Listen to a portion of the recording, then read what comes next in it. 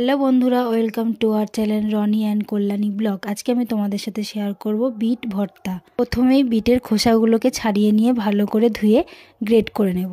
দেখতেই পাচ্ছ বন্ধুরা, আমার গ্রেট করা হয়ে গেছে। এবার একটা কড়াইয়ের মধ্যে তেল নিয়ে দিয়ে দেবো শুকনো লঙ্কা আর কালো জিরে। পরে গ্রেট করে রাখা বিটটা দিয়ে কিছুক্ষণ নাড়াচাড়া করে ঢাকনা দিয়ে দেবো সেদ্ধ হওয়ার জন্য। এটা বেশিক্ষণ সেদ্ধ করতে লাগবে না, বিটটা খুব তাড়াতাড়ি সেদ্ধ হয়ে যাবে। সেদ্ধ হওয়ার পরে দিয়ে দেবো স্বাদ মতো নুন আর একটু সামান্য চিনি। এবার একটু নেড়েচেড়েই নামিয়ে নিতে হবে।